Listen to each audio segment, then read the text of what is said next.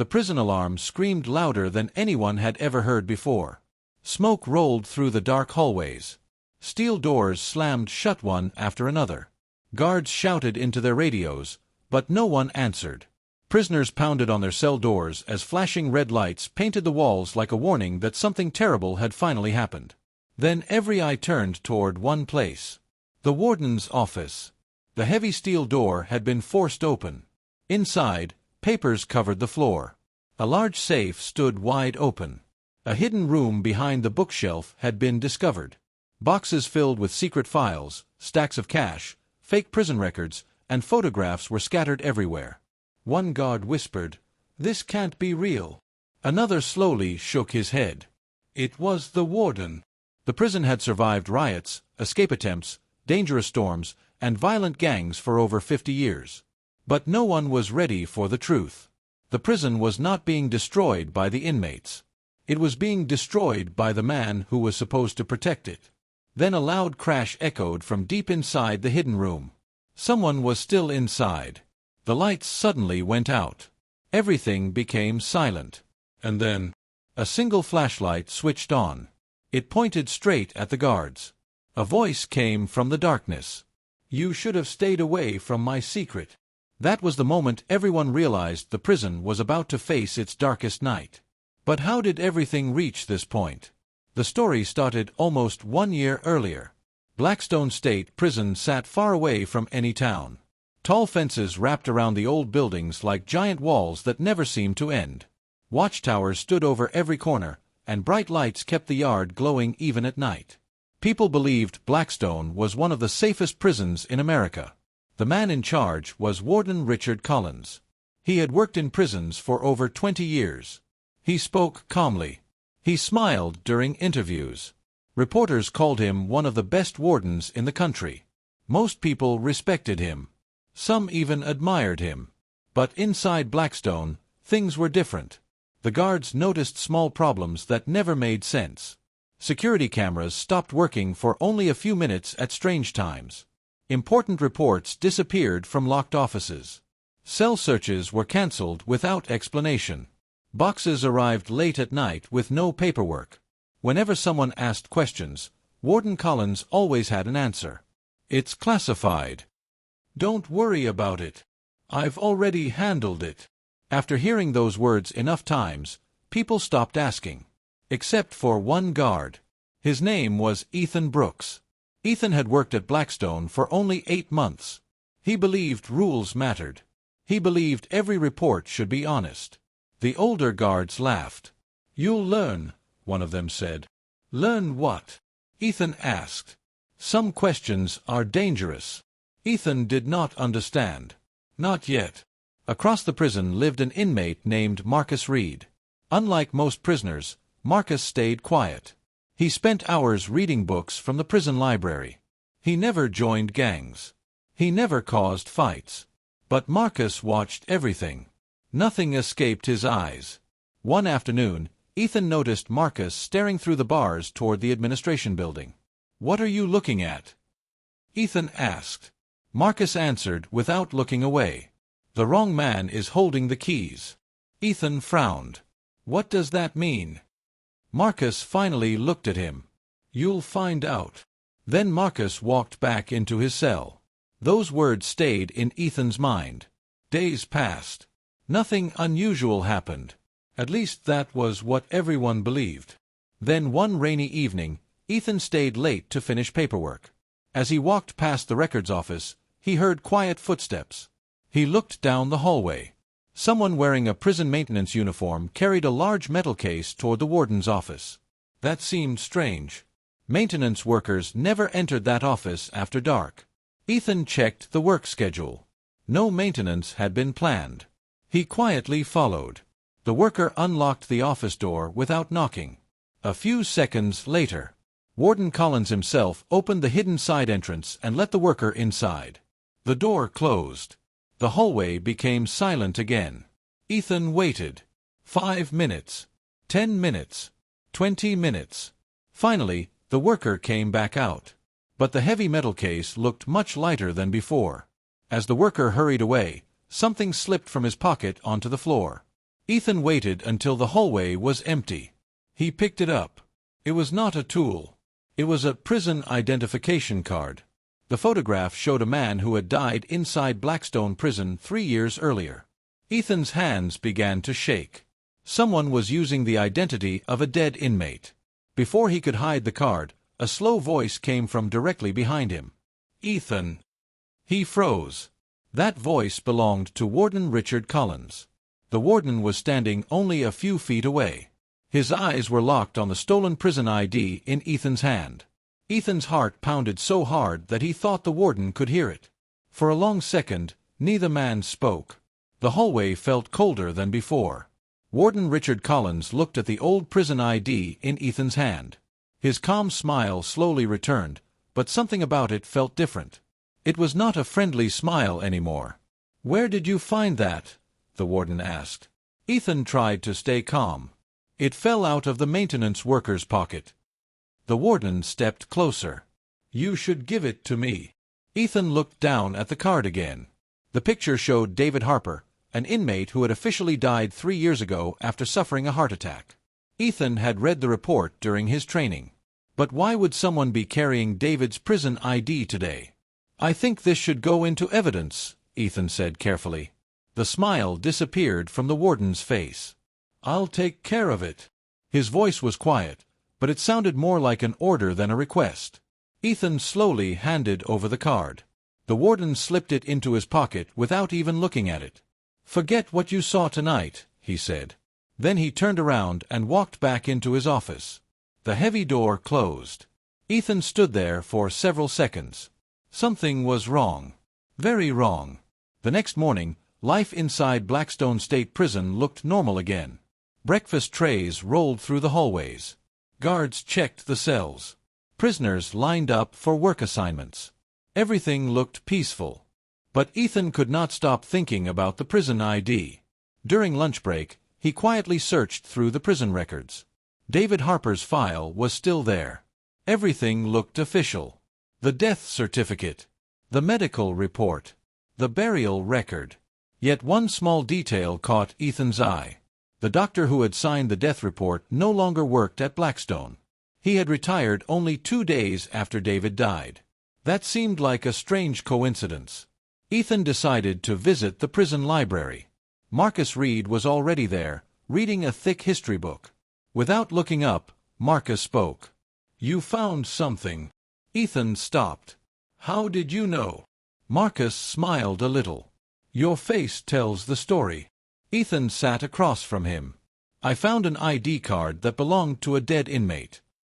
Marcus quietly closed his book. "Then you're getting closer." "Closer to what?" Marcus leaned forward. "Some people inside these walls never really disappear." Ethan frowned. "What does that mean?"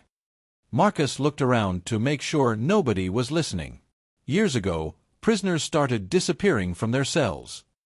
"Escaping." Marcus shook his head. "No." "Transferred." Again, Marcus shook his head.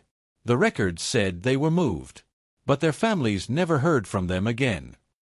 Ethan stared at him. "You're saying the records were fake?" Marcus answered softly. "I'm saying someone wanted certain prisoners to disappear." Before Ethan could ask another question, the library door opened. A guard called Ethan back to duty. Marcus whispered one last sentence before Ethan walked away. "Follow the old records room." That evening, Ethan found an excuse to inspect the basement. Very few guards ever went there. Dust covered the floor. Old filing cabinets lined the walls.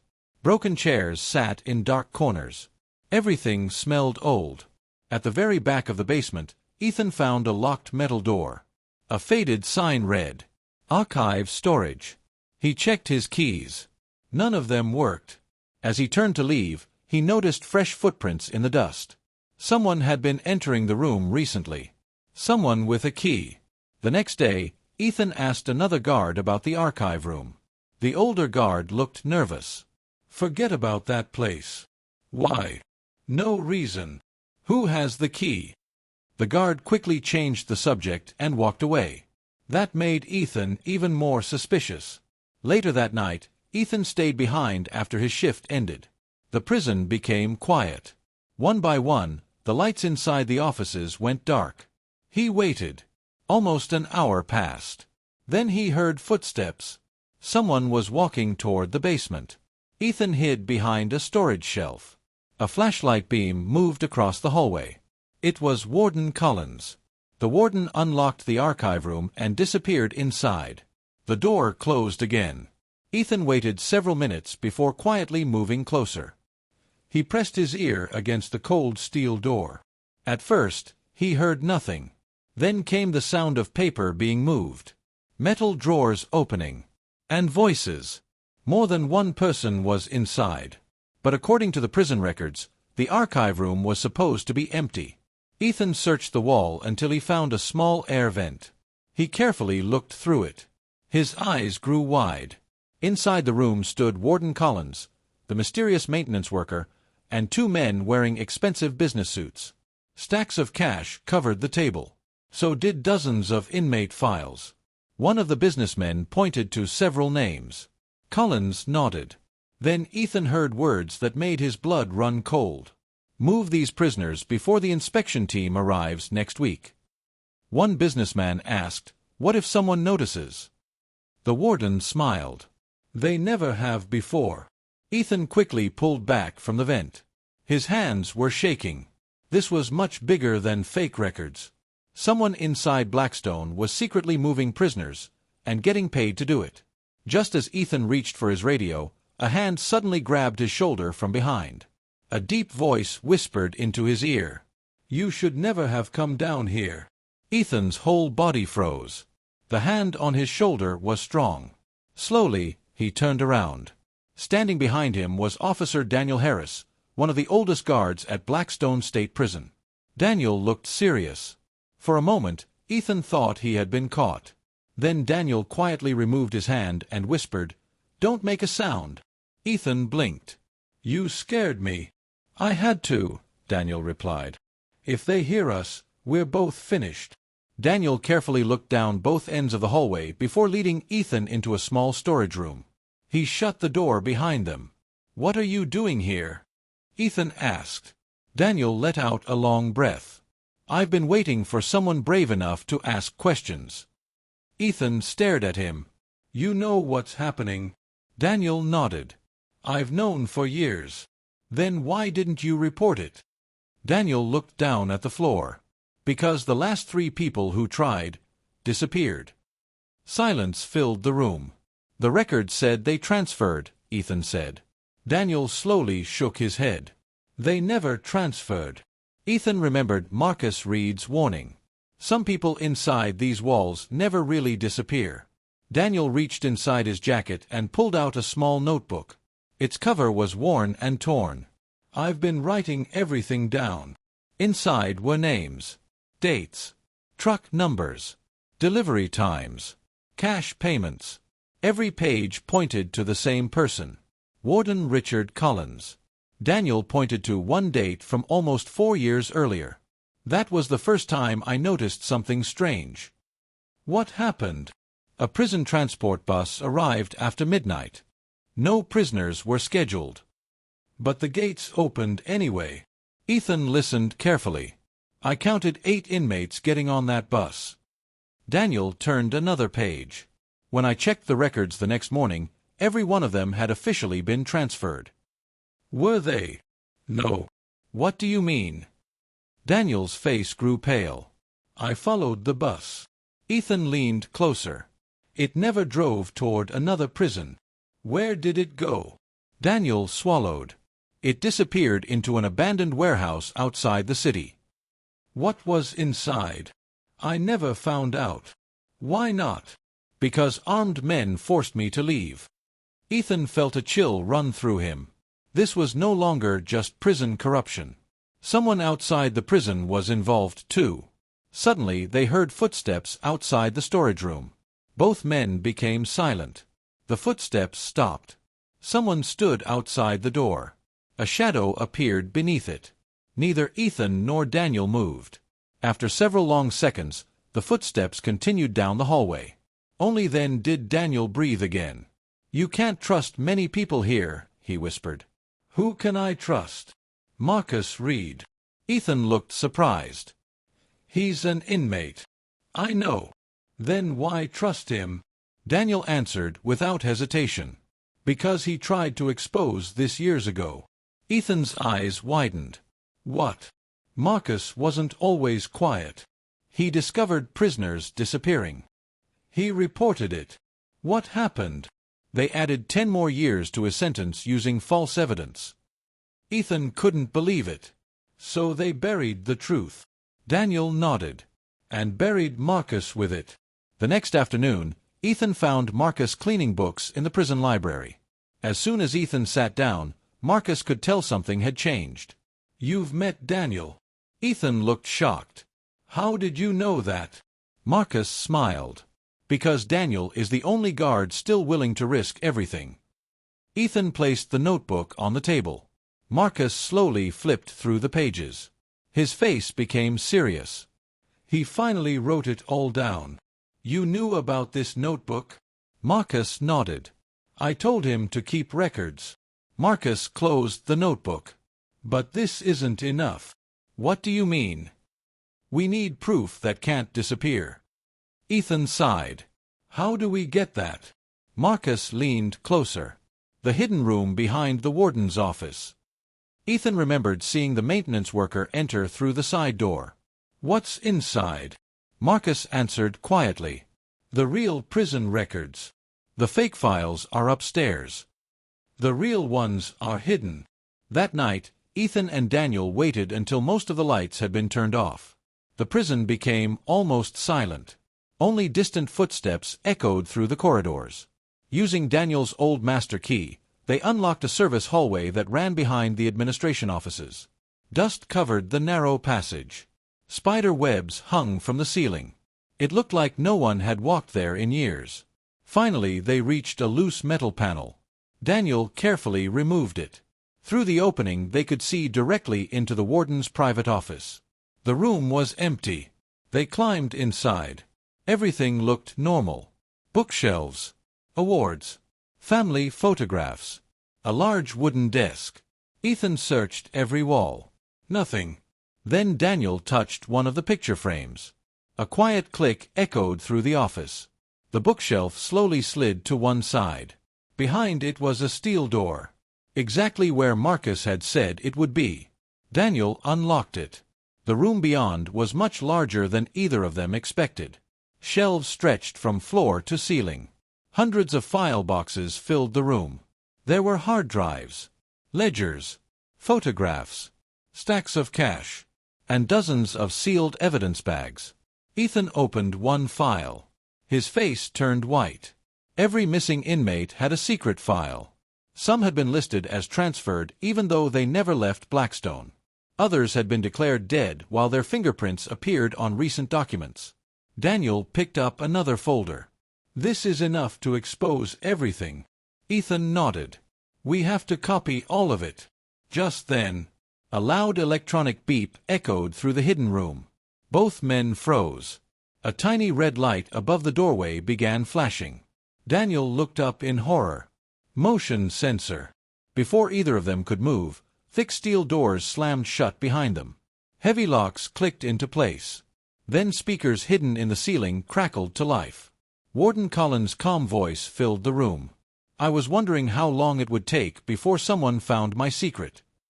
The lights suddenly switched off, and the hidden room was locked from the outside. Darkness swallowed the hidden room.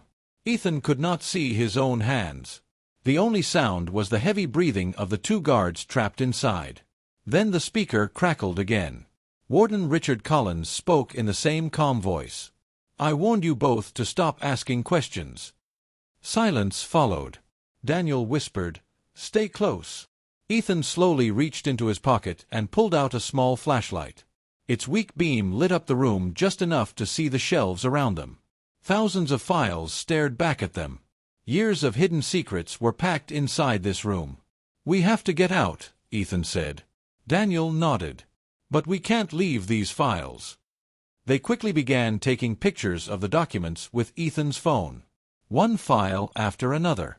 fake transfer papers, false death certificates, secret payment records, letters signed by people outside the prison. Every picture became another piece of evidence. Then the lights suddenly came back on. The steel door unlocked with a loud click. Neither man moved. "It opened too easily," Daniel whispered. "It's a trap." Just then, alarms exploded throughout the prison. Red emergency lights flashed across the hallway. A voice echoed through every speaker. "Security alert. 2 dangerous inmates have escaped. All guards report immediately." Ethan looked confused. "Inmates?" Daniel frowned. "No one escaped." Then he understood. The warden created a distraction. The 2 men hurried into the hallway. Guards ran in every direction. Some rushed toward the prison yard. Others locked down the housing units. Nobody noticed Ethan and Daniel slipping away. As they reached the security office, Ethan stopped. Something was wrong. Every camera on the monitor showed the same thing. Empty hallways. Locked cells. Nothing unusual. Daniel pointed at one screen. "Look." The clock on the camera showed a time from 3 hours earlier. "They're playing old recordings," Ethan whispered. "The live cameras have been replaced." Someone inside the control room was hiding what was happening now. Before they could investigate further, Officer Lisa Carter entered the room. She looked out of breath. "There you are." Ethan turned. "What's happening?" Lisa lowered her voice. 3 transport trucks just entered through the south gate. Daniel looked shocked. "Tonight?" Lisa nodded. "They're loading prisoners." Ethan's stomach tightened. "The inspection team arrives tomorrow morning." Daniel finished the sentence. "They're getting rid of the evidence." The 3 hurried toward the south loading dock. Keeping to the shadows, they watched from behind a storage building. Large trucks stood beside the prison wall. Several guards carried boxes from the administration building. Other guards escorted handcuffed prisoners toward the trucks. Everything was happening quickly. No paperwork. No official announcements. Just silent orders.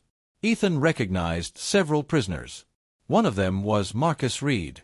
Marcus looked up as he walked past. For only a second, his eyes met Ethan's. Without saying a word, Marcus slightly shook his head.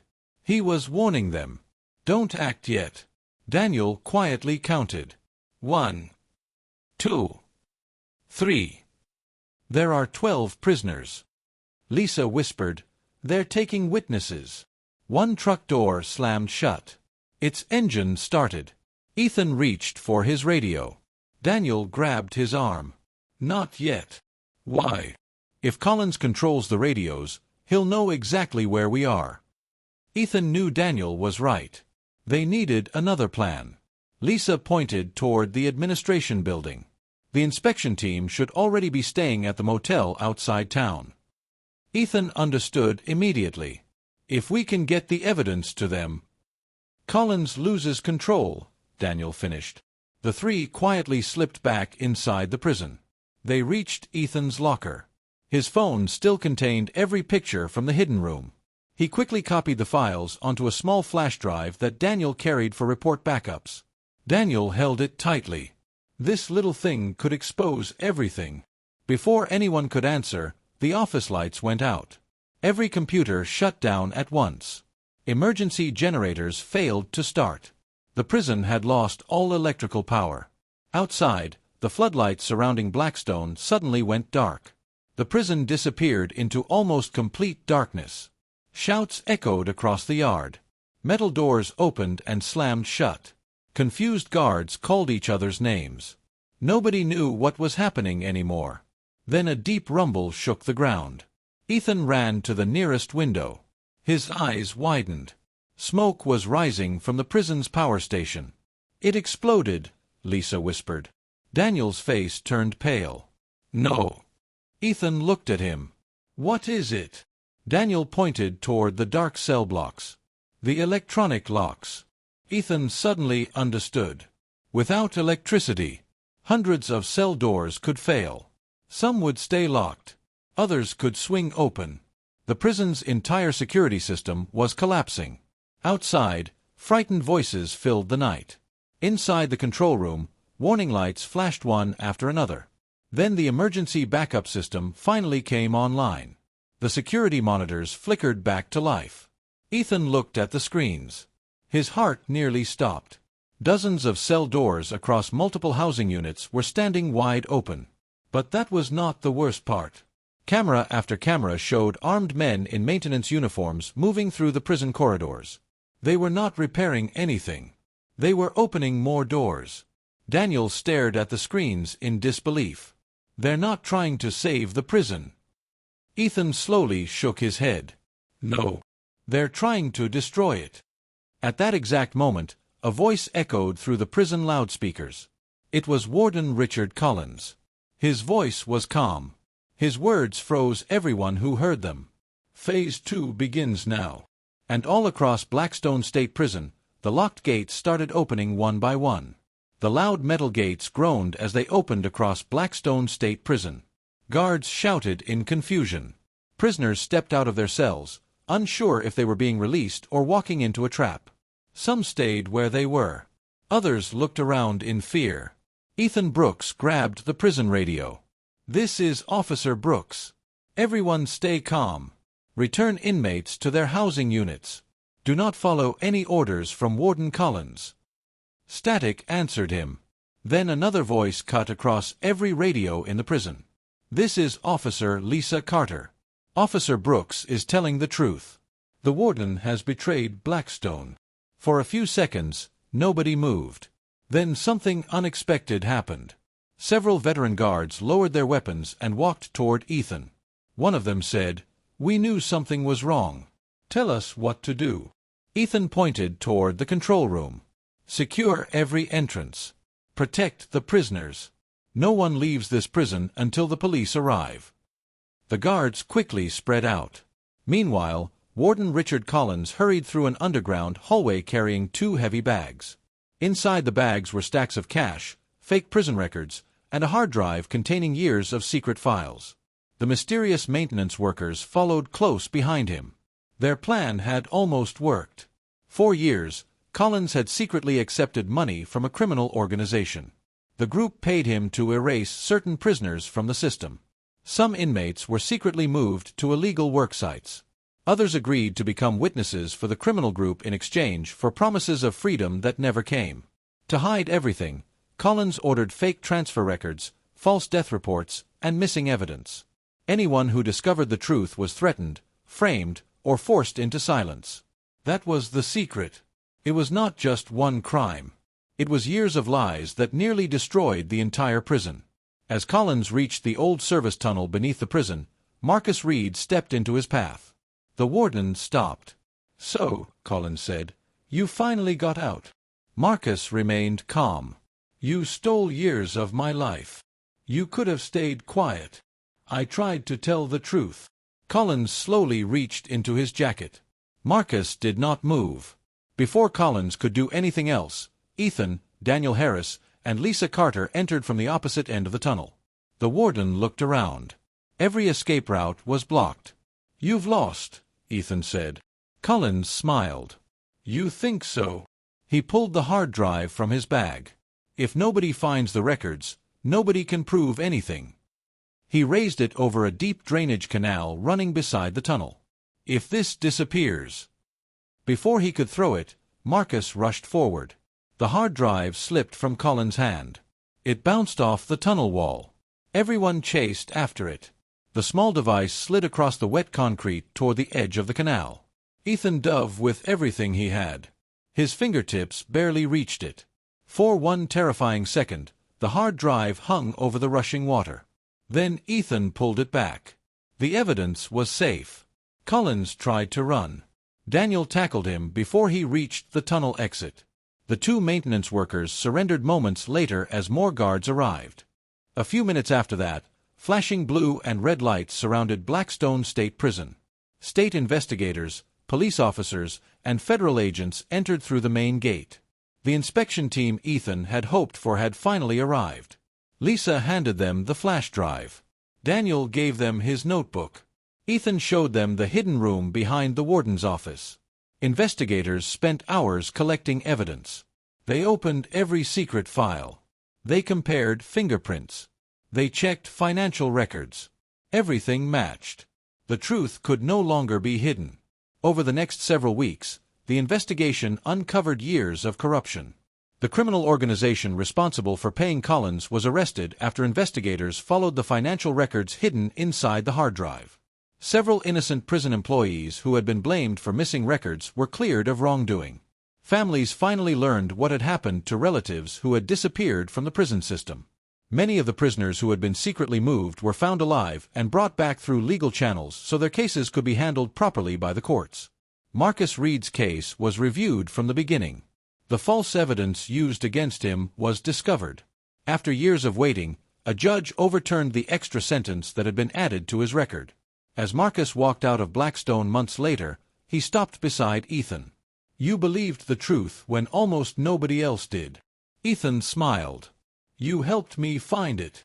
Marcus nodded once before walking toward the waiting sunlight. Blackstone State Prison did not close. Instead, it was rebuilt. New leaders replaced the corrupt ones. New security systems were installed. Every prisoner record was reviewed. Every hidden room was searched. Every missing file was accounted for. Officer Daniel Harris was honored for keeping years of secret notes instead of giving up. Officer Lisa Carter received an award for risking her career to expose the truth. Ethan Brooks was promoted for his courage and honesty. People across the country talked about what had happened inside Blackstone. Many could hardly believe that one man's secret had nearly destroyed an entire prison. But the evidence proved it all. The strongest walls in any prison are not made of steel. They are built with truth. And once the truth finally came out, the warden's secret had no place left to hide.